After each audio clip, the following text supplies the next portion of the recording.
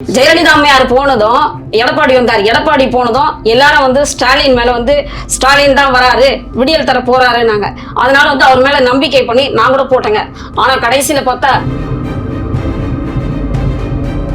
ஸ்பெயினுக்கு போயிட்டு வந்தார். உள்ளூர்ல வந்து ஒரு ஓனான பிடிக்க முடியல, வெளியூர்ல போய் யானையை பிடிக்க போனாங்க. என்ன வளம் இல்லை இந்த திருநாட்டில், ஏன் கை எந்த வேண்டும் வெளிநாட்டில், என்ன வளம் இல்லை இங்க? மணல் எல்லாத்தையும் சுரண்டுறீங்க, கனிம வளம் எல்லாம் சுரண்டியாச்சு. நீங்க நாட்டையும் எடுத்து மக்களையும் எடுத்து தான் வச்சிருக்கீங்க, புரியுதா? வெள்ளரிக்காய் தான் வாங்கி தர முடியும், வெள்ளை அறிக்கைலாம் தர முடியாது அப்படின்னு சொல்றேன். இது நியாயமா?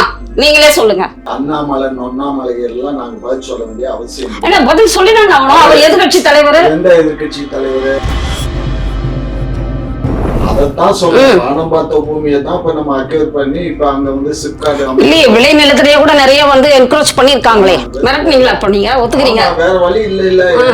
அப்ப நிலத்தை புடுங்கிறதுக்காக கூப்பிட்டு மிரட்டுவீங்க. விவசாயமே நடக்கலன்றீங்களா? விவசாயத்தை இனிமே போற காலங்கள்ல இன்னைக்கு லேபர் ப்ராப்ளம் எவ்வளவு, அதனால இப்ப விவசாயத்தையே விட்டுட்டு அப்ப என்னத்த சாப்பிடுறது? பிளாஸ்டிக் அரிசி தான் சார் வாங்கி சாப்பிடணும்.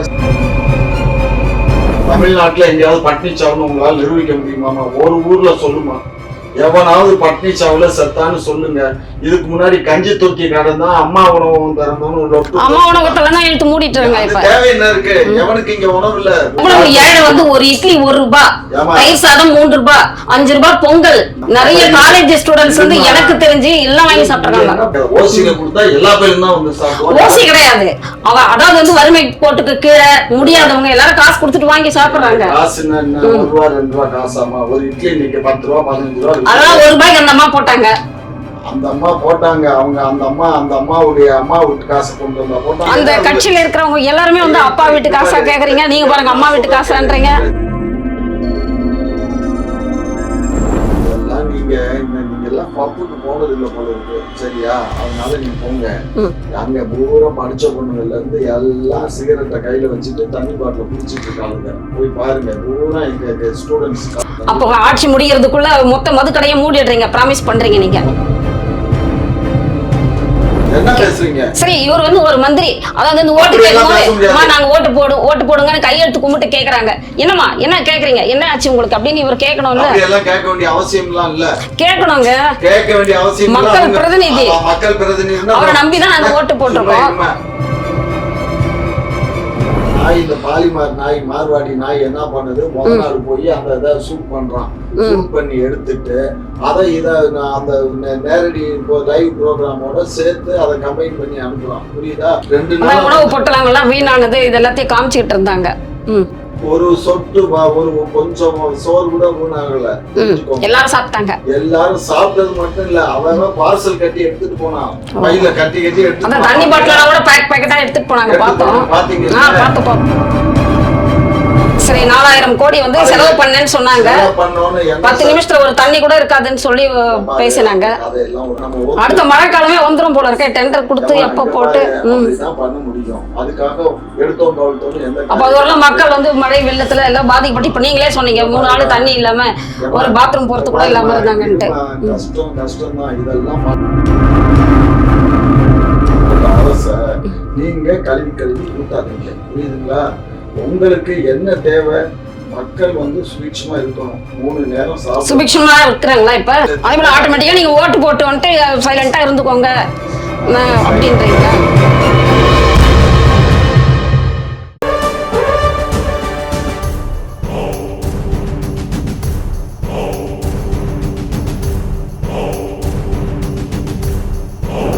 வாரும் நேயர்களுக்கு வணக்கம். இன்றைய நேர்காணலில் நம்முடன் கலகலப்பாகவும் காரசாரமாகவும் கள்ளம் கபடம் இல்லாமல் பேசக்கூடிய தமிழ்நாடு மாநில நாயுடு சங்க பேரவை தலைவர், முனைவர் மற்றும் திமுக அரசியல் வித்தகர், முன்னோடியாக திகழும் திரு காமாட்சி நாயுடு அவர்களை சந்திக்க இருக்கிறோம். வணக்கம் சார். வணக்கங்க சார். இப்போ வந்து சமீபத்துல தமிழ்நாடு முதலமைச்சர் அவர்கள் வந்து இப்போ வந்து ஸ்பெயின் நாட்டுக்கு போயிட்டு வந்தார். நிறைய கெயின் பண்ணின்னு வந்தேன் அப்படின்னு சொன்னாரு. என்னென்ன கெயின் பண்ணின்னு வந்தாரு, எவ்வளவு கெயின் பண்ணின்னு வந்தாரு? ஏமா மொத்தமா வந்து இப்ப நாங்க போயிட்டு வந்ததுல ஒரு 8000 கோடி, சரிங்களா? அதுக்கு முன்னாடி இங்க நடந்த போதும் பண்ணியிருக்கோம். மொத்தத்துக்கு வந்து 3 லட்சம் கோடி என்னமோ நாங்க மொத்தத்துல இப்ப இந்த ஆட்சிக்கு வந்ததுக்கு அப்புறம் நாங்க பண்ணியிருக்கோம். அதனால வந்து வேலை வாய்ப்பு வந்து கிட்டத்தட்ட ஒரு 30,000 பேருக்கு வந்து வேலை வாய்ப்பு ரெடி பண்ணியிருக்கோம். எல்லா ஊடகங்களும் கேட்கறது என்னன்னா, சார் நீங்க எல்லாம் இப்பதானே சென்னையில ட்ரேட் சென்டர்ல நடந்துச்சு, ஆமா, அதே மாதிரி அதான் நானும் கேட்க வந்தேன் உங்ககிட்ட. இப்ப ட்ரேட் சென்டர்ல 2 வாரம் ஜனவரி 2nd வீக்ல தான் சார் நடந்தது. 2 வாரத்துல காரணம் என்னன்னா, சில கம்பெனிஸ் வந்து அவங்க அங்க வரணும்னு எதிர்பார்த்தாங்க. ஸ்பெயின் கூட இங்கே வந்திருந்தது. ஸ்பெயின் வந்தாங்கடா, இப்போ அந்த கம்பெனி இல்ல, வேற கம்பெனி இது. அதாவது ஸ்பெயின்ல வந்து, ஸ்பெயின்ங்கிறது பெரிய நாடு இல்லை, சின்ன நாடு தான், சென்னை அளவு தான் ஸ்பெயின், சரிங்களா? ஆனா அந்த நாட்டுல வந்து தொழில் பண்ணக்கூடியவங்க நிறைய பேர் இருக்காங்க. ஏன்னா அந்த ஸ்பெயின் வந்து ஒரு சென்டர் மாதிரி, லண்டனுக்கு பக்கத்துல, அதை சுத்தி கிட்டத்தட்ட ஒரு 20 நாடு இருக்கு. அதனால அங்கதான் நிறைய மேனுஃபேக்சரிங் பண்ணி அதெல்லாம் பண்ணி நிறைய அழிவு இருக்கு. அதனால அவங்கள இது பண்ணி இன்வெர்ட் பண்ணி இங்கே கொண்டுட்டு வந்து இங்கே நம்ம கம்பெனியை ஓப்பன் பண்ணோம்னா நமக்கு நல்லா இருக்குமேங்கிறதுக்காக தான்.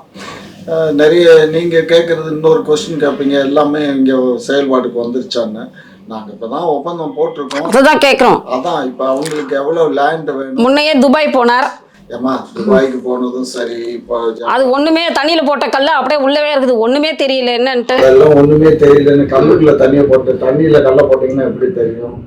அதான் அந்த செயல்முறைப்படுத்துறோம், இத்தனை இந்த அளவுல இருக்குது அந்த அளவுல இருக்குது, ஒரு அறிக்கையும் வரவே இல்லை. கொஞ்சம் பொறுமையா இருங்க, நான் சொல்ல கேளுங்க. நாங்க போனோம், வாங்கியிருக்கோம், இந்த ஒப்பந்தம் இதாகி கையெழுத்தாயிருக்கு. அவங்களுக்கு இன்ஃப்ராஸ்ட்ரக்சர்ஸ் என்னென்னது வேணும்னு சொல்லி நம்மகிட்ட லிஸ்ட் கொடுத்துருக்காங்க. அந்த லிஸ்ட் படி வந்து லேண்டை அக்வயர் பண்ணி கொடுக்கணும். ஏற்கனவே நாங்கள் லேண்டை அக்வயர் பண்ணுறதுக்கு இங்கே பெரிய அக்கப்போர் நடந்துக்கிட்டு இருக்கு, அது உங்களுக்கு தெரியும்னு நினைக்கிறேன். ஆகையினால விவசாயிகளுடைய எதிர்ப்பு அதிகமாக இருக்கு. இருந்தாலும் அதுக்கு வந்து வேற எதுவும் நம்ம புறம்போக்கு லேண்டோ அதோ எதுவும் இல்லை. எல்லாமே வந்து விவசாய நிலங்கள்லேயே ட்ரை விவசாய நிலங்கள் நிறைய இருக்கு.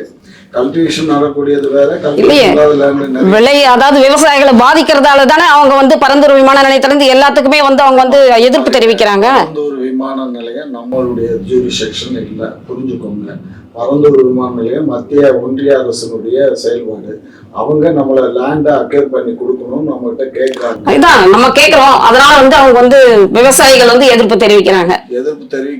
நம்ம இப்ப என்ன ஆகி போச்சுன்னா, 100 ரூபாய்க்கு 300 ரூபாய் கொடுக்குறோம், 400 ரூபாய் கொடுக்குறோம். அது நியாயமா? அது நியாயமானா ஏமா 10 ரூபா பெருமான பொருளுக்கு இன்னைக்கு 100 ரூபாய் கொடுக்குறோம்னா அப்புறம் அதுக்கு மேல என்ன வேணும்? வாங்கிட்டு பேசாம எங்களுக்கு நஷ்டம் ஆகுது இல்ல? எது நஷ்டம்? விவசாயிகளுக்கு எவ்வளவு நஷ்டம்?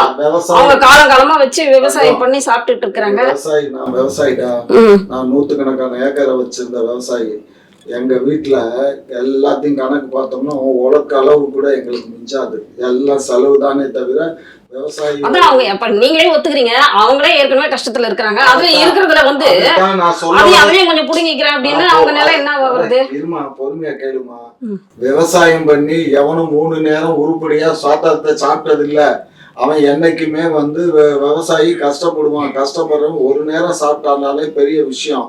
இன்னைக்கு நம்ம கொடுக்கக்கூடிய பணம் 10 ரூபா பெருமான பொருளுக்கு 100 ரூபா, 300 ரூபா, 400 ரூபா நம்ம கொடுக்குறோம்.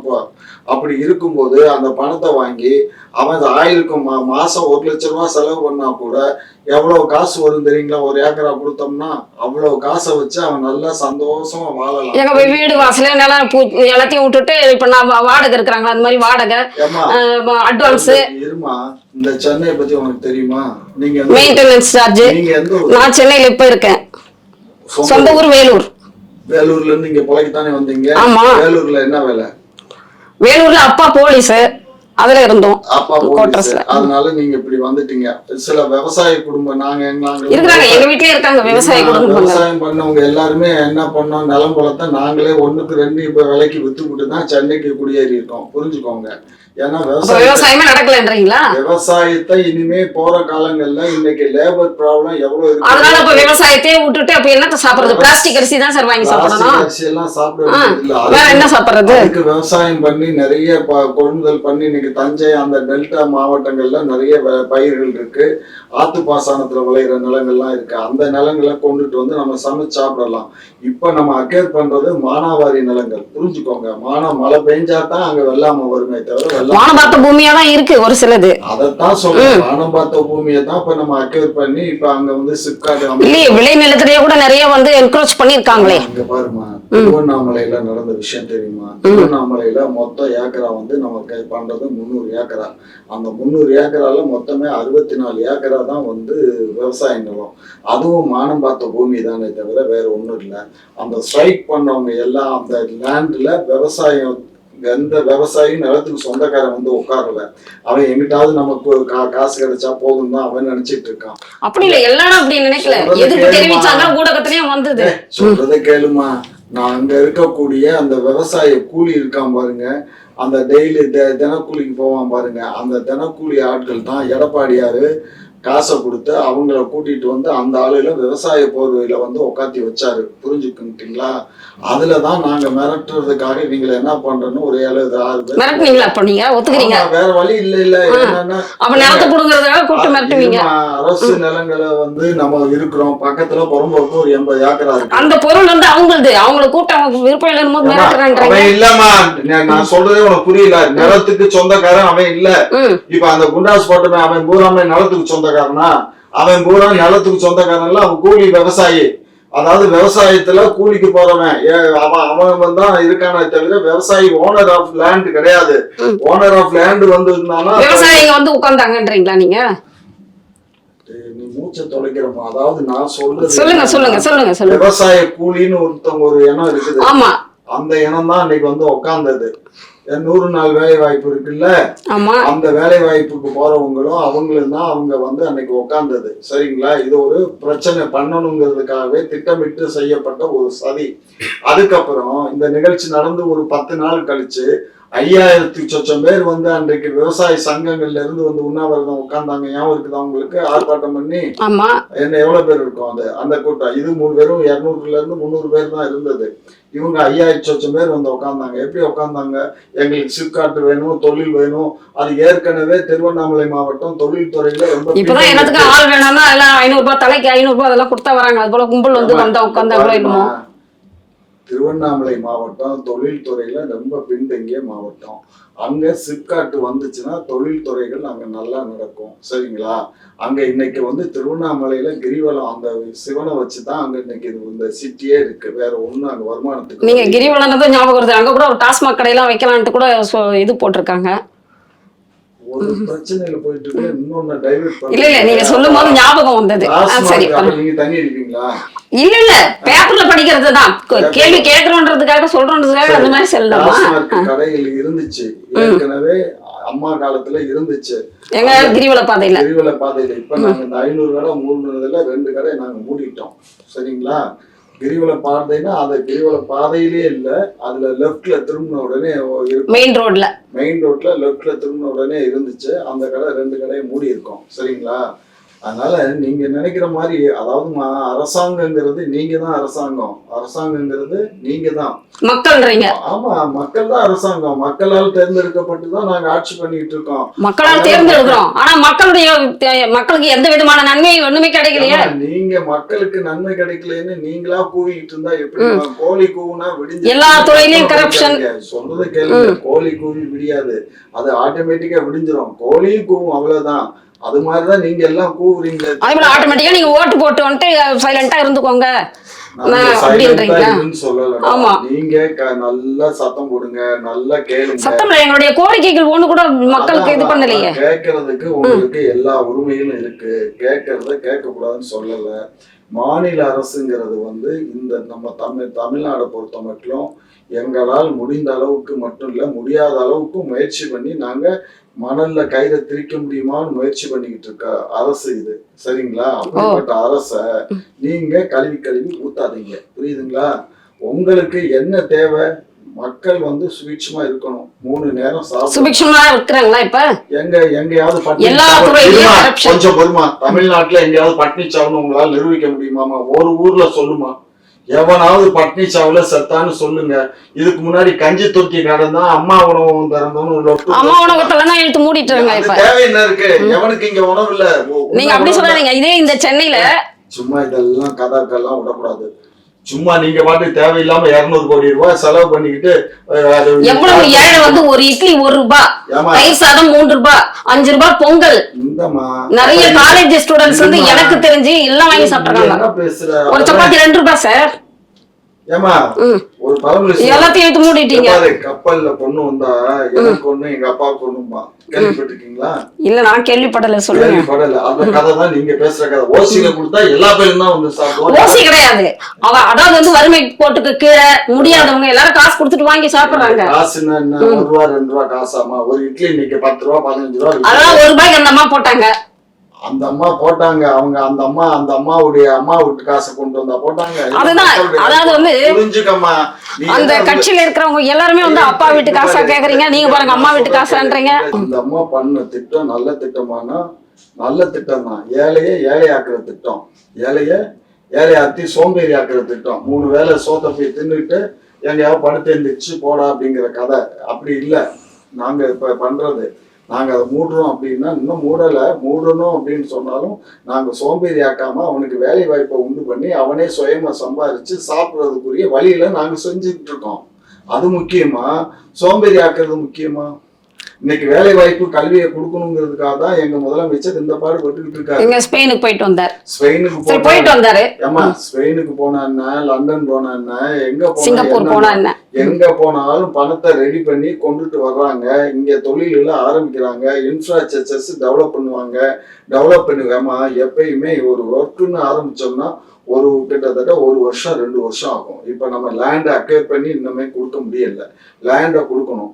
லேண்டை கொடுத்ததுக்கு அப்புறம் அவங்க இன்ஃப்ராஸ்ட்ரக்சர்ஸ் டெவலப் பண்ணுவாங்க. அது டெவலப் பண்ணதுக்கு அப்புறம் வேலை ஆட்களை எடுப்பாங்க. அப்புறம் அவங்க எக்யூப்மெண்ட் எல்லாம் ரெடி பண்ணி இது பண்றதுக்கு குறைஞ்சபட்சம் 2 ஆண்டு அல்லது 5 வருஷம் ஓடிடும். யார் ஆட்சி போனாலும் இதை யாரும் தடை பண்ண மாட்டாங்க. ஏன்னா அனைத்து இந்திய அண்ணா திராவிட முன்னேற்ற கழக ஆட்சியில நடந்ததுதான் நம்ம குண்டாய் கார் தொழிற்சாலை. இப்ப நாங்க வந்து அதை மூடிட்டோமா? இப்ப அவங்க எக்ஸ்டென்ஷன் பண்றதுக்கு இப்ப திரும்ப 100 ஏக்கரா அதான் சொல்றாங்க. எடப்பாடியார் சொல்றாரு, நாங்க கொண்டு வந்தது எல்லாம் இன்னும் செயல் திட்டத்துல இருக்குது. ஒரு வெள்ளை அறிக்கை கேட்டா இவர் திமுக அமைப்பு செயலாளர் சொல்றாரு ஒருத்தர், இல்ல வெள்ளரிக்காய் வாங்கி தர முடியும், வெள்ளை அறிக்கைன்னா தர முடியாது அப்படின்னு சொல்றாரு. இது நியாயமா? நீங்களே சொல்லுங்க. ஏமா வெள்ளை அறிக்கைன்னா எதுக்கு வெள்ளை அறிக்கை? சரி, ஒப்பந்தம்லாம் போட்டு வந்தீங்களா, அதுக்கு வெள்ளை அறிக்கை கொடுங்க. அண்ணாமலையும் கேட்டிருக்காரு. அண்ணாமலை எல்லாம் நாங்க பதில் சொல்ல வேண்டிய அவசியம் இல்ல. பதில் சொல்லினாங்க ஆகணும். அவர் எதிர்கட்சி தலைவர். எந்த எதிர்கட்சி தலைவர்? இவரு எடப்பாடி பழனிசாமி வந்து முன்னாள் முதல்வரே ஒரு எதிர்கட்சி தலைவர். எடப்பாடி அவர் சட்டமன்றத்துல கேட்கணுமே தவிர அவரு பொதுவெளியில கேட்க கூடாது. அவரு நான் சட்டமன்றம் கூட பொது இல்ல, சட்டமன்றம் பட்ஜெட் தொடர் ஆரம்பிக்கும். பட்ஜெட் தொடர் 19ஆம் தேதி பட்ஜெட் தொடர் ஆரம்பிக்கல. அதுல நீங்க வெளிநாட்டுக்கு போனீங்களே, எவ்வளவு ஈர்ப்பு வந்தது, என்ன வேலை நடந்திருக்கு, எனக்கு அதை சொல்லுங்கன்னு கேட்கலாமே தவிர சொல்ல தவறுனா தான் வெள்ளை அறிக்கை கேட்கணும். வெள்ளை அறிக்கை கேட்கறதுக்கு வெள்ளரிக்காதுன்னு சொன்னதுல தப்பு ஒண்ணும் இல்லாது. ஐயா எப்பயுமே எங்க அமைப்பு செயலாளர் அண்ணாமலை கேட்டிருக்காரு. இப்ப பொதுமக்கள் கேக்குறாங்க. பொதுமக்கள் எந்த பொதுமக்கள் உங்கள்கிட்ட வந்து கேட்டோம்? நீங்க 10வது மாடியில் உட்காந்துட்டு எந்த பொதுமக்கள் வந்து பாத்தீங்க? சரி, அண்ணாமலை கேட்டிருக்காரு. அவரும் ஒரு கட்சி நிர்வாகி, ஒரு தலைவர். அண்ணாமலை அவருக்குன்னு அவங்க கட்சியில ஒரு கட்சியினுடைய தலைவர் ஒருத்தர் இருக்கார் தெரியுமா? திருநெல்வேலி எம்எல்ஏ ஒருத்தர் இருக்காருல, அவர் சட்டமன்றத்துக்கு வருவாரு, அவரு கேட்கட்டும். சரிங்களா? சட்டமன்றத்துலதான் கேட்கணும்ன்றீங்க. சட்டமன்றத்துலதான் இதை கேட்கணும். இதை கேட்கறது செய்தியாளர்கள் சந்திப்புல அவங்களுக்கு டவுட் வருது. உள்ளூர்ல வந்து ஒரு ஓனானை பிடிக்க முடியல, வெளியூர்ல போய் யானையை பிடிக்க போனாங்க. கேட்கிறவன் கேப்பையில கூட நெய் வடியுமா? நீ நம்பியாமா? கேப்பையில் நெய் வடியுமா? வடியாது. அத நீ இப்ப நம்பிக்கிட்டு நீ என்னட்ட கேள்வி கேட்டுட்டு இருக்க. ஒரு விஷயம் நல்லா புரிஞ்சுக்கோங்க. ஒரு அரசு அதனுடைய பணியை செய்து அதனுடைய பணியை அதை தொடரட்டும். சரிங்களா? அவன் லட்சக்கணக்கா கோடிக்கணக்கான பணங்களை கொள்ளையடிச்சு கொண்டுட்டு போய் வச்சுக்கிட்டு அவனுக்கு வெள்ளை அறிக்கை கொடு, கத்திரிக்காய் அறிக்கை கொடுன்னு கேட்டான்னா ஏமா இந்த அனைத்து இந்திய அண்ணா திராவிட முன்னேற்ற கழகத்துல அவர் எவ்வளவு நாள் வந்தாரு, எப்படி எல்லாம் வந்தாருங்கிறது உங்களுக்கு தெரியும்னு நினைக்கிறேன். சரியா? அதனால அதெல்லாம் அவர் எப்படி வந்தாலும் அவருடைய ஆட்சியும் வந்து கொஞ்சம் நல்லாவே இருந்தது. அப்படியா? இங்க வந்து சட்டம் ஒழுங்கு எல்லாம் வந்து இப்ப ரொம்ப கொஞ்சம் எவ்வளவு ரொம்ப சீர்கேடு அதிகமாயி போயிடுச்சு. ஏதோ பெண் காவலர் திருவண்ணாமலையில வந்து பெண் காவலர் தாக்கப்பட்டாங்க. கோவில்ல எல்லாரும் முன்னாடியும் பப்ளிக் முன்னாடி அடிச்சிருக்காங்க. அதே போல கனிமொழி அம்மா வந்து பேசி எம்பி அவர்கள் பேசும்போது விருகம்பாக்கத்துல அங்கேயும் வந்து ஒரு பெண் காவலர் வந்து வன்கொடுமை நடந்திருக்குது. அவங்களுக்கே அப்படின்னா ஒரு சாமானியமானவங்களுக்கு எப்படி இருக்கும் சார்? இன்ஸ்பெக்டர் ஸ்ரீதர்ங்கிற ஒரு துணை மாவட்ட துணை செயலாளர், அவரு அந்த பொண்ணை என்னத்துக்காக அடிச்சாருங்கிறது எங்களுக்கு தெரியும். அதை நாங்கள் பொது வெளியில சொல்ல வேண்டாம். ஸோ அடிச்சிட்டாரு. அடித்த உடனே அவரை வந்து உடனடியாக 5 செக்ஷன்ல எஃப்ஐஆர் போட்டாங்க. போட்டு அவரை தேடிட்டு இருக்கும்போது அவரு ஜாமீன் கேட்டாரு, கைது பண்ணல. அதான்டா அப்ஸ்காண்டர் ஆயிட்டாரு. அப்ஸ்காண்டர் ஆகி தலைமறைவுல இருந்துட்டு இருக்காரு. புரியுதுங்களா? எப்படியும் கைது பண்ணிடுவாங்க. அதுல அமைச்சர் வந்து நான் தலையிட மாட்டேன்னு அமைச்சர்னு சொல்லிட்டாரு. புரியுதுங்களா? ஆகையினால அவர் கண்டிப்பா கைது செய்யப்படுவாரு. அந்த அப்ப பாதிக்கப்பட்ட அந்த இன்ஸ்பெக்டருக்கு கண்டிப்பா அது கிடைக்கும், நீதி கிடைக்கும்னு சொல்றீங்க. ஆனா பார்க்கக்கூடிய இப்ப பொதுமக்களுக்கு ஐயோ ஒரு காவலருக்கே இந்த கதினா இந்த ஆட்சியில ஒரு சாமானிய ஒரு பெண்ணுக்கு என்ன கிடைக்கும், என்ன மாதிரி வந்து பாதுகாப்பு இருக்குது அப்படின்ட்டு பயப்படுவாங்க. கேக்குறேன், காவலர்னா எதை வேணாலும் ஒரு பேசலாம்னு இருக்கா சட்டத்துல? இல்ல, அவங்க வந்து தள்ளி நில்லுங்க, சுவாமி தெரியல, ரொம்ப நேரமா நிக்கிறீங்களே அப்படின்னு தான் சொல்லியிருக்காங்க. அவங்க சொன்ன ஸ்டேட்மெண்ட் தானே நீங்க சொல்றீங்க. இல்ல, எல்லா செய்தியே அப்பயே வந்ததே, பப்ளிக்கே வேற சொல்லியிருக்காங்க. அந்த மாதிரி சொல்லி இருந்தாக்க கொஞ்சம் தள்ளி நில்லுங்கன்னு சொல்லியிருந்தா யாரும் அடிக்க மாட்டாங்க. புரியுதா? அதை சொல்லக்கூடாத வார்த்தை சொன்னதுனாலதான் அவர் நான் ஸ்ரீரட்டம். எங்க அண்ணன் யாரு தெரியுமா? எங்க அண்ணன் வந்து அறநிலையத்துறையில வந்து ஒரு முக்கியமான புள்ளி தான், நிர்வாகி தான் அப்படின்னு சொல்லிட்டு அதுவும் தவிட மேல பலாருன்னு அறிஞ்சிருக்கிறாரு. அவங்களுடைய ஒரு படிப்பு, அந்த ஒரு காக்கி சட்டை, நீங்க அது கரெக்ட்னு சொன்னீங்க. தவறுதான், அதுவாதான் அந்த அம்மா சொன்ன வார்த்தைகள் அது வேற. சரி, அவரை கட்சியை விட்டு இல்ல எது பண்ணணும்? நீங்க கட்சியை விட்டு தான் நாங்க சஸ்பெண்ட் பண்ணியாச்சு. இல்ல கட்சியை விட்டு சஸ்பெண்ட் பண்ணியாச்சு, அன்னைக்கே நீக்கியாச்சு. கட்சியை விட்டு நீக்கணும்னா எங்களுடைய அமைப்புல யாரும் அப்படியெல்லாம் நீக்கிற மாட்டோம். அவர் மேல குற்றம் ப்ரூஃப் ஆனாதான், அது வந்து குற்றவாளின்னு நிரூபிக்கப்பட்டால்தான் அவரை வந்து நாங்க கட்சியில இருந்து குற்றவாளி நிரூபிக்கப்பட்ட முதலமைச்சர் கண்டிப்பா அது கொண்டு இது பண்ணுவாங்க. கட்சி நிர்வாகம் கட்சி நீக்கிடும், கட்சி தலைமை வந்து நீக்கிடுவாங்க. கண்டிப்பா நீக்கும், அதுல ஒண்ணும் ஆட்சேபனை வேண்டாம். அப்புறம் அந்த விருகம்பாக்கத்துல வந்து கனிமொழி எம்பி அம்மா பேசிக்கிட்டு இருக்கும் பொழுது ஒரு 22 வயது தான் அந்த பெண் காவலருக்கு, அவங்கள வந்து ஒரு வன்கொடுமை பண்ணிருக்காங்க. அந்த பொண்ணு கொடுத்த ஸ்டேட்மெண்ட் தெரியுமா? அதான் அவங்க போய் மிரட்டி தான் வந்து ஸ்டேட்மெண்ட் வாங்குறாங்க அப்படின்னு வந்தது. அந்த பொண்ணு என்ன சொல்ற, பாதிக்கப்பட்ட பொண்ணு நீங்க சொல்றீங்க, அவங்க புகார் கொடுத்ததின் பேர்ல தான் அவங்கள கூப்பிட்டுருக்காங்க. புகார் கொடுக்காம எப்படி சார் கூப்பிடுவாங்க? அந்த பொண்ணு வந்து எனக்கு நடக்கல, இந்த மாதிரி ஒரு நிகழ்ச்சியே நடக்கல, இது வேணும். அதுக்கும் என்ன சொல்றாங்க, நாளைக்கு வந்து விசாரணைக்கு போகும்பொழுது வந்து மிரட்டிட்டு போயிருக்காங்க வீட்டுல. அதாவது வந்து விருகம்பாக்கம் சட்டமன்ற உறுப்பினர். நீங்க பாத்தீங்களா? நான் போய் பார்க்க முடியுங்களா? எல்லாமே நம்ம செய்தி இது பண்றது தாங்க. நீங்க பாருங்க, இதெல்லாம் புனையப்பட்ட செய்திகள். ஒரு காவலரை வந்து யாரும் போய் மாற்ற முடியாது. அந்த அம்மா வந்து இப்போ ஒண்ணு வேண்டாம், ஒரு ஏடிஜிபி வந்து ஒரு பொண்ணை, ஒரு எஸ்பியை வந்து தவறா நடக்க முயற்சி பண்ணாருன்னு சொல்லி இப்ப அவர் ரிட்டையர் ஆயிருப்பாரு. இந்த 31ஆம் தேதி ரிட்டையர் ஆனவரை அவரை கம்ப்ளீட்டா வந்து டெர்மினேட் பண்ணதுக்கு சமானம். ஆனா அவர் கட்டாய ஓய்வுல அனுப்பப்பட்டாரு. கட்டாய ஓய்வுல அனுப்பிச்சாச்சுன்னு சொன்னா அவருக்கு எந்த பென்ஷன் கிடைக்காது, ஃபேமிலி பெனிஃபிட்ஸ் கிடைக்காது, அவருடைய பிஎஃப் கிராஜுவேட் எதுவுமே கிடைக்காது. எல்லாம் அது வந்து அரசாங்க ஊழியர்கள் அது வந்து வேலை போனா கூட இது இல்லை. இவங்க வந்து ஒரு மக்களால் தேர்ந்தெடுக்கப்பட்ட இது ஆட்சி. ஒரு திமுக வந்து மக்கள் நம்பி ஓட்டு போட்டிருக்காங்க. ஜெயலலிதா அம்மையார் போனதும் எடப்பாடி வந்தார். எடப்பாடி போனதும் எல்லாரும் வந்து ஸ்டாலின் மேல வந்து ஸ்டாலின் தான் வராரு, விடியல் தர போறாருன்னாங்க. அதனால வந்து அவர் மேல நம்பிக்கை பண்ணி நான் கூட போட்டேங்க. ஆனா கடைசியில பார்த்தா வேற நாங்க எதிர்பார்த்த இது வரல.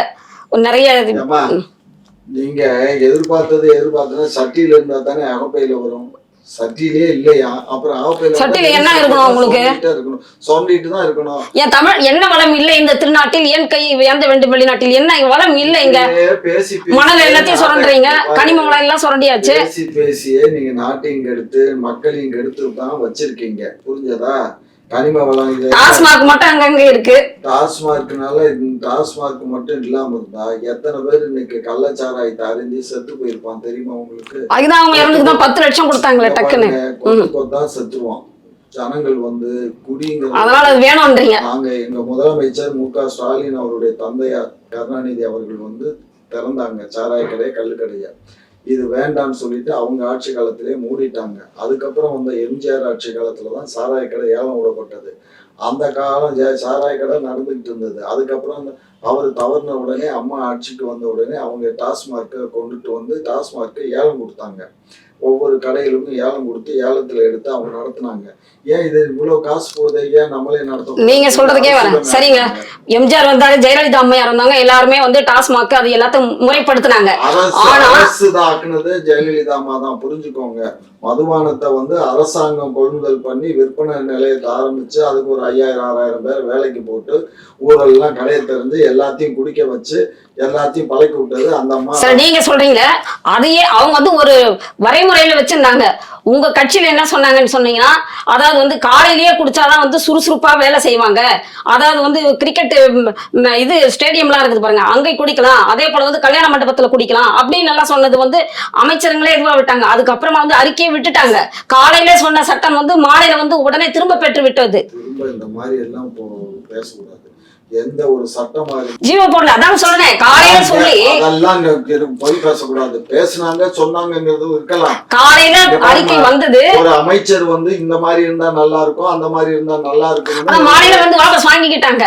அதுதான்மா இங்க பாருங்க, ஒரு எதிர்ப்பு கிளம்புச்சு. எதிர்ப்பு கிளம்புனதுனால இல்லடா, இதெல்லாம் தேவையா தேவையில்லையான்னு ஆலோசனை பண்றாங்க. அதிகாரிகள் இருக்காங்க, ஆலோசனை பண்ணி வெளியே விடாம அப்படியே வெளியே விட்டடும். மக்களுக்கு எல்லாம் பயம் வந்துச்சோ, காலையில வந்து குடிச்சிட்டு போனா என்னவாகும், அது ஒரு கல்யாண மண்டபத்துல ஒரு ஸ்டேடியத்துல அப்படின்னு. கல்யாண மண்டபத்துல குடிக்கிறதே இல்லையாமா, கல்யாணம் வச்சாக்கா அவன் ஃப்ரெண்ட்ஸ்ல அவங்க என்ன தெரியாம குடிக்கிறாங்க. அதுக்காக நீங்க வந்து அங்க வந்து கல்யாண மண்டபத்திலே ஒரு பார் வச்சு இல்ல, அது வந்து நம்ம வந்து இது பண்ணக்கூடாது, பயப்படுவாங்க. இதெல்லாம் நீங்க எல்லாம் பப்புக்கு போனது இல்ல போல இருக்கு, சரியா? அதனால நீங்க பப்புக்கு போகணும் அதெல்லாம் ஓகேன்றீங்க நீங்க. இல்ல எல்லாம் பாருங்க, ஆணு பெண்ணு எப்படி குடிச்சு அது நடக்கிறது.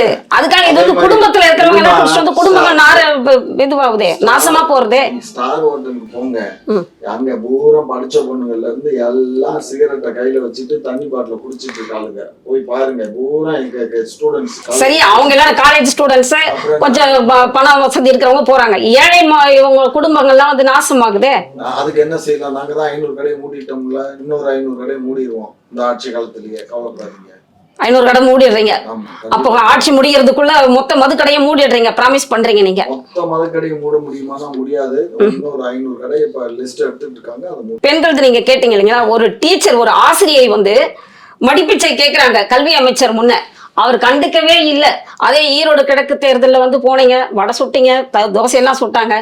அவங்கள ஒரு சட்டையே செய்யாம அப்படியே சைலண்டா அசால்ட்டா உட்காந்துருக்காங்க. ரொம்ப வேதனையா இருந்தது. நீங்க இன்னைக்கு வந்து அதுவும் திமுக வந்து ஒரு முன்னோடி ஒரு அப்படின்றதுனால நான் உங்ககிட்ட ரெக்வஸ்டாவே நான் கேட்கிறேன். டீச்சர் எந்த நேரத்துல எப்ப யாருகிட்ட கேட்டாங்க?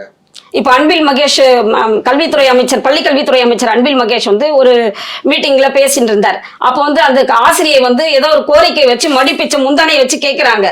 ஆனா அவர் வந்து திரும்ப பார்த்துக்கவே கிடையாது. நீங்க புத்திசாலித்தனமா பேசுறதா நினைச்சிட்டு பேசுறீங்க.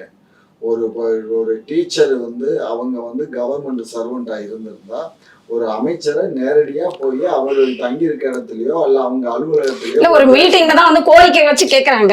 மீட்டிங்ல பப்ளிக் மீட்டிங்ல ஒரு கோரிக்கை வச்சு கேட்கிறான்னா அவ வந்து பாரதிய ஜனதா கட்சியினுடைய தூண்டுதல்லையோ அனைத்து இந்திய அண்ணா திராவிட முன்னேற்ற கழக தூண்டுதல்லையோ செய்யறாங்க. அவங்க வந்து ஒரு ஆசிரியை, அவங்க எப்படி ஒரு கட்சியில இருந்து வந்து கேட்டிருப்பாங்க. ஆசிரியர்னா அவங்களுக்குன்னா கொம்பா முளைச்சிருக்கு அப்படி இல்ல, அவங்க வந்து ஆசிரியர்னா கொம்பெல்லாம் இல்ல, எல்லாம் சாதாரண மனிதர்கள் தான். அப்படி இல்ல, ஏதோ ஒரு கோரிக்கையோட வந்து முன்னாடி கேக்குறாங்க ஆசிரியர். பப்ளிக் மீட்டிங்ல வந்து கேக்குறது தப்புன்னு உனக்கு தோணலையா? நீங்க ஒரு நடுவரா தானே இப்ப கேட்டுட்டு இருக்கீங்க. கண்டிப்பா ஒரு பப்ளிக் மீட்டிங்ல ஒரு மீட்டிங்கா ஒரு அமைச்சர் வந்தாங்கன்னா வந்த இடத்துல போய் மடி பிச்சை கொடுங்கன்னு போய் கேட்கறான்னா அப்ப என்ன கொழுப்பது? என்ன பேசுறீங்க? சரி, இவர் வந்து ஒரு மந்திரி, அதாவது வந்து ஓட்டு கேட்கும்போது நாங்க ஓட்டு போடுங்கன்னு கையெழுத்து கும்பிட்டு கேக்குறாங்க. என்னமா என்ன கேக்குறீங்க, என்ன ஆச்சு உங்களுக்கு அப்படின்னு இவர் கேட்கணும்ல. எல்லாம் கேட்க வேண்டிய அவசியம் எல்லாம் இல்ல. கேட்கணுங்க, கேட்க வேண்டிய அவசியம். மக்கள் பிரதிநிதி, மக்கள் பிரதிநிதி அவரை நம்பிதான் நாங்க ஓட்டு போட்டிருக்கோம். நம்பி ஓட்டுல போட்டா மொத்தம் இங்க இருக்கும் 10 கோடி மக்களை நீங்க கேட்டுக்கிட்டே இருப்பீங்க. போற இடம் வார இடம் தேவையானவங்க அமைச்சர்கள் உங்களை நம்பி தானே நாங்க ஓட்டு போட்டோம். நம்பி போட்டோம் நீங்க தானே எங்களுக்கு எல்லாமே. அமைச்சருக்குன்னு ஒரு ஆபீஸ் இருக்குல்ல, அமைச்சர் ஆபீஸ் இருக்குல்ல, அமைச்சர் ஆபீஸ்ல போய் பாருங்க. அதை விட்டுட்டு ரோட்ல போற இடத்துலயும் வீட்டுல போற ரோட்ல இல்ல ஒரு மீட்டிங்ல கேட்டது மிக தப்புடா. அந்த மாதிரி கூட்டங்கள்ல கேட்கவே கூடாது, யாரா இருந்தாலும் கேட்க கூடாது. சரி, மந்திரி வந்து ஆசிரியர்களுடைய கூட்டம் அது. சபை நாகரிகம்னு இருக்கு. சபை நாகரிகத்தை கருதி நீங்க அங்க கேட்டதே தப்பு. இன்னும் சொல்ல போனா அங்க கேட்ட பெண்ணு மேல நடவடிக்கை எடுத்திருக்கணும். நானா இருந்திருந்தா நடவடிக்கை எடுத்துட்டு சொல்லியிருப்பேன். புரிஞ்சுக்கோங்க. அதெல்லாம் அந்த மாதிரி அது தவறு. அது எப்படி ஒரு 1000 பேர் இருக்க கூட்டத்துல போய் எனக்கு மடிப்பிச்சை போடுங்க அப்படின்னு கேட்டா என்ன அர்த்தம்? அப்ப இது வந்து ஏதோ ஒரு யாரோ சொல்லி கொடுத்து செஞ்ச மாதிரி இல்ல. எங்க திமுக மேடையில ஒருத்தன் வந்து உண்டியல வச்சுக்கிட்டு என் பிள்ளைய படிக்க வைக்கணும் காசு கொடுங்கன்னு கேட்கறாங்க. திருட்டு அவன் நேரடியா போய் முதலமைச்சரையோ இல்ல மாவட்ட செயலாளரையோ போய் கேட்டிருந்தா போக முடியாம அவங்க எங்க வராங்களோ அங்க வந்து கொடுக்குறாங்க. எங்க வர்றாங்கன்னா அதுக்காக மாநாட்டு பந்தல்ல போய் இப்படி வச்சுக்கிட்டு உட்காந்துருக்காங்க. அது யாரோ தூண்டுதல்ல பண்ற வேலைன்னு உங்களுக்கு புரியணும். ஆமா, நீங்க எல்லாம் வந்து ஊடகத்துல இருக்கவங்க, நீங்க நிறைய பாருங்க. அது படிச்சா மட்டும் போதாது. பத்திரிகையில வர்ற செய்தி எல்லாமே நமக்கு எதையுமே கேட்க கூடாதுன்னா அப்புறம் எப்படி கேட்க கூடாதுன்னு நான் சொல்றேன். இதெல்லாம் தவறு. எப்படியுமே அதுக்கு நீங்க வந்து விளக்கம் இப்ப கொடுக்கணும். நீங்க அதான் கொடுத்துட்டு இருக்கீங்க. அதுதான் வேற என்ன சொல்லுங்க. கலைஞர் நூற்றாண்டு விழா அப்படின்ட்டு வந்து ஒண்ணு நடத்தினாங்க. அது கலைஞர் நூற்றாண்டு விழால வந்து எப்படி அது சீட்டாட்டம் அது இதெல்லாம் வந்து நடந்தது. கலைஞர் நூற்றாண்டுன்னா சீட்டு விளையாடக்கூடாதா? சொல்லுங்க. அதை பார்த்துட்டீங்கன்னா ஒரு நூற்றாண்டு விழா நடத்துறாங்க, மக்களுக்கு தேவையானது எதையுமே செய்யாம அது வந்து இது போல பண்றாங்க அப்படின்னு சொல்லிட்டு. ஏமா இளைஞரணி மாநாடுமா ஏமா சம்பந்தம் இல்லாம பேசுற. இளைஞரணி மாநாட்டுல ஏற்கனவே இளைஞரணி மாநாடு நடந்துகிட்டு இருந்தது. அது முத நாள் நடந்து மறுநாள் நடந்தது. முத நாள் நடந்துட்டு அவன் நைட்ல என்ன பண்றான், 10 மணி கூட்டம் முடிஞ்சதுக்கு அப்புறம் அவன் சாப்பிட்டுட்டு சில பேர் சரக்கு அடிச்சுட்டு சில பேர் உட்காந்து சீட்டாடிட்டு. அதுதான் செய்தி ஊடகங்களுடைய போடும்போது வந்து ஒரு ஒரு தவறான கருத்து வந்து பரவுது எங்களுக்கு. நாய் இந்த பாலிமார் நாய் மார்வாடி நாய் என்ன பண்ணுது, முத நாள் போய் அந்த இதை சூட் பண்றான். சூட் பண்ணி எடுத்துட்டு அதை அந்த நேரடி லைவ் ப்ரோக்ராமோட சேர்த்து அதை கம்பைன் பண்ணி அனுப்புறான். புரியுதா? காலிச்சேரா கிடக்குது அங்க. ஏமா ஸ்டாலின் பேசும்போதும் இவர் பேசும்போதும் இளைஞரணி செயலாளர் பேசும்போதும் எவ்வளவு கூட்டம் இருந்துச்சுங்கிறது கட்சிக்காரங்களுக்கு எங்களுக்கு தெரியும். சரியா? ரொம்ப கடைசியில தான் காலிச்சேறு கடந்தது. காலிச்சேறு கடந்ததுன்னா 2 நாள் உணவு பொட்டலங்கள்லாம் வீணானது இது எல்லாத்தையும் காமிச்சுட்டு இருந்தாங்க. மனசாட்சி இல்லாம பேசுறீங்களாமா? அவன் சாப்பிட்டுட்டு அவனுக்கு தேவை. நாங்க எவ்வளவு அதான் வீணானதுதான் சொல்றேன். வீணால ஒரு சொட்டு ஒரு கொஞ்சம் சோறு கூட வீணாகல. எல்லாரும் சாப்பிட்டாங்க. எல்லாரும் சாப்பிட்டது மட்டும் இல்ல, அவன் பார்சல் கட்டி எடுத்துட்டு போனான். கையில கட்டி எடுத்து தண்ணி பாட்டில கூட பேக்கெட்டா எடுத்துட்டு போனாங்க. பாத்தீங்களா? அப்படிதான் எடுத்துட்டு போனாங்களே தவிர எல்லாமே டன்னு கணக்கா குப்பை மாதிரி கொட்டி குப்பை மேல கிடைச்ச சாப்பாடு தெரியுமா உங்களுக்கு? எவன் நாங்க அத்தனை லட்சம் வந்தாங்க இத்தனை லட்சம் வந்தாங்க சவால் விட்டானுங்களே, அந்த சாப்பாடு எவனுக்காக போட்டானோ வெறும் புளியோதரையும் அதையும் போட்டான். நாங்க என்ன பண்ணோம், சிக்கன் ஒரு 200 டன்னு, மட்டன் வந்து 500 டன்னு, இவ்வளவு போட்டு எல்லாத்துக்கும் நாங்க கறி சமைச்சு பிரியாணி சமைச்சு எல்லாத்தையும் சந்தோஷம் எல்லாருக்கும் சாப்பாடு போட்டு அனுப்பிச்சு அவன் புள்ள குட்டிகளுக்கும் பார்சல் கட்டி எடுத்துட்டு போங்கடான்னு அனுப்பிச்சு அண்டாவா தூக்கிட்டு போனானுங்க. அதெல்லாம் நீங்க பாக்கல போல. சொல்லுங்க. இன்னொரு இந்த கேலோ இந்தியாவுக்கு போயிட்டு பிரதமர் மோடியை போயிட்டு கூப்பிட்டுட்டு வந்தாங்க. அவரும் வந்தாரு. இந்தி வேணான்றீங்க. அந்த கேலோ அப்படின்றதே வந்து விளையாடு. அந்த இந்தி வார்த்தையை நீங்க மட்டும் சேர்க்கலாமா? டெல்லி அரசு தாமா இதுக்கெல்லாம் பேர் வைக்கும். இது டெல்லியினுடைய விளையாட்டுத்துறை தான். டெல்லியினுடைய விளையாட்டுத்துறைக்கு கேலோங்கிறது விளையாட்டு. அந்த விளையாட்டுக்கு அவங்க தான் ஒன்றிய அரசு நமக்கு நிதி கொடுத்தாங்க. இவர் போய் நிதி கேட்டாரு. எங்க மாநிலங்கள்ல எங்க மாவட்டங்கள்ல நம்ம மாத்தின்னு இருக்கலாமே. அதை அப்படி எல்லாம் மாற்ற முடியாது. பிரதமர் ஆவாஸ் யோஜனான்னு ஒண்ணு இருக்குது. அது என்ன தெரியுமா? பிரதமர் ஆவாஸ் யோஜனா தெரியும். என்னது? பிரதமர் வந்து எதுக்கு குரல் கொடுக்கிறாரோ அதனுடைய யோசனை அவருடைய திட்டங்கள் செயல்படுத்தக்கூடிய திட்டத்துல ஹவுசிங் திட்டம் சரி, குடிசை மாற்று வாரியம் நம்ம தமிழ்நாட்டுல. அந்த குடிசை மாற்று வாரியத்துல கவர்மெண்ட் என்ன பண்ணுது, சென்ட்ரல் கவர்மெண்ட் 40% கொடுக்குது. அது வந்து மக்கான் பில்டிங் கொடுக்கிறது 40% தமிழ்நாடு அரசு கொடுக்குது. ஆனா அதுக்கு பேர் என்ன? பிரதமருடைய திட்டம். அது முன்னாடி இருந்தது வந்து வாம்பே ஸ்கீம்னு பேரு. அந்த வாம்பே ஸ்கீமுக்கு நான் தான் தமிழ்நாட்டுக்கே டைரக்டர். ரொம்ப சந்தோஷம் சார். அதனால அதெல்லாம் சென்ட்ரல் கவர்மெண்ட் அவங்க வைக்கக்கூடிய திட்டம். அது அவங்க மானியம் 10% மானியம் கொடுத்தா கூட அது அவங்க பேர்ல தான் வருமே தவிர நம்ம பேர் வச்சுக்க முடியாது. சரிங்களா? பெத்தவங்க தான் பேர் வைக்க முடியுமே தவிர மித்தவங்க பிள்ளைக்கு பேர் வைச்சா அது சரி வராது. பிரதமர் மோடி வந்து உரை நிகழ்த்தினார். முதலமைச்சர் மு க ஸ்டாலின் அவர்கள் வந்து ஸ்பெயின் டூர் முடிச்சுட்டு வந்தாரு. அவர்கிட்ட வந்து செய்தியாளர்கள் கேட்குறாங்க, மோடியினுடைய உரையை பத்தி என்ன சொல்றீங்க? ஒரு சினிமா பாட்டுல வர மாதிரி பார்த்தேன், ரசித்தேன், சிரித்தேன் ஒரு மாதிரி கிண்டலா சொல்றாரு. ஒரு பிரதமரை போயிட்டு கிண்டலா சொல்லலாமா? சொல்லுங்க. பிரதமர் பாராளுமன்றத்துல அவர் எத்தனை கேள்விகள் அடுக்கப்பட்டது, எத்தனை கேள்விகள் கேட்கப்பட்டது, ஏதாவது ஒரு வார்த்தை தமிழ்நாடுக்கு வந்து இவ்வளவு 7 மாவட்டங்கள் வந்து வெள்ளத்துல தத்தளிச்சுட்டு நீங்க நீங்க வட சென்னையில இருக்க மக்கள் எல்லாம் கண்ணீர் வடிச்சாங்கம்மா 3 நாள் 4 நாளா. 3 நாள் 10 நாள் அங்க தண்ணி போகவே இல்லை. தண்ணி போதோ இல்லையா, ஒரு பாத்ரூம் போக முடியல, ஒரு டாய்லெட் போக முடியலங்கிறது எவ்வளவு கஷ்டப்பட்டாங்க. சரி, முதல்ல 4000 கோடி கொடுத்தாங்களாமா, அது என்னாச்சு? அது செய்யல அப்படின்றாங்க. எவன்மா கொடுத்தான்? 4000 கோடி வந்து 4000 கோடி எவன் கொடுத்தான்? இது நம்ம அரசு பணம் 4000 கோடி. சரி, 4000 கோடி வந்து செலவு பண்ணேன்னு சொன்னாங்க. 10 நிமிஷத்துல ஒரு தண்ணி கூட இருக்காதுன்னு சொல்லி பேசினாங்க. அதெல்லாம் விடாதீங்க. 4000 கோடி என்னன்னா மழை நீர் வெளியேற்றுவதற்காக கால்வா கட்டுறதுக்காக அந்த திட்டத்துக்காக நாங்க ஒதுக்கின பணம் 4000 கோடி. அந்த 4000 கோடி கார்பரேஷனுக்கு தான் கொடுத்துருக்கு. கார்பரேஷன் டெண்டர் திட்டம் முடிக்கப்பட்டுச்சா? திட்டம் எப்படி ஒரே நாள்ல முடிஞ்சிருமா? இடையில இந்த போன ஆண்டு வந்து கரையில இடையில மழை பெஞ்ச காரணத்தினால அந்த திட்டத்துக்குள்ள போய் தண்ணி போயிடும். நீங்க ஒரு பொட்டல்ல வந்து ஒரு திட்டத்தை இம்ப்ளிமெண்ட் பண்றதுக்கும் ஊருக்குள்ள ஒரு திட்டத்தை போறதும் கஷ்டம். இங்கிட்டு போனா இந்த பக்கம் எலக்ட்ரிக் லைன் வரும், இந்த பக்கம் பாத்தீங்கன்னா டெலிஃபோன் லைன் வரும், இந்த பக்கம் பாத்தீங்கன்னா சாக்கடை தண்ணி வரும். இது எல்லாத்தையும் கட் பண்ணும்போது அந்த சாக்கடை தண்ணி அதுக்குள்ள தேங்கிக்கிறோம், மழை தண்ணியும் தேங்கிக்கிறோம். இதுக்கெல்லாம் முன்னே எல்லாம் வந்து ரோட்ல தண்ணி அடிச்சு விட்டுட்டு கூட காங்கிரீட் எல்லாம் போடுவாங்க. இப்ப அப்படியெல்லாம் போட முடியாது. அதை பூரா லாரியை வச்சு இந்த கான்ட்ராக்ட்காரன் எடுத்துட்டு போய் அதை பூரா அடைச்சு அதுக்காக காங்கிரீட்டை போட்டு அதுக்கு மேல கட்டடம் கட்டி இந்த மாதிரி பண்றான். டிலே ஆகுது. நம்ம டெண்டர் கொடுத்துருக்கோம் கிட்டத்தட்ட. இப்ப நம்ம அடுத்த மழை காலமே வந்துரும் போல இருக்க. டெண்டர் கொடுத்து எப்ப போட்டு தான் பண்ண முடியும். அதுக்காக எடுத்தோம் கவுழ்த்தோம் எந்த. அப்ப அதோட மக்கள் வந்து மழை வெள்ளத்துல எல்லாம் பாதிக்கப்பட்டு, இப்ப நீங்களே சொன்னீங்க 3 நாள் தண்ணி இல்லாம ஒரு பாத்ரூம் போறது கூட இல்லாம இருந்தாங்கன்ட்டு.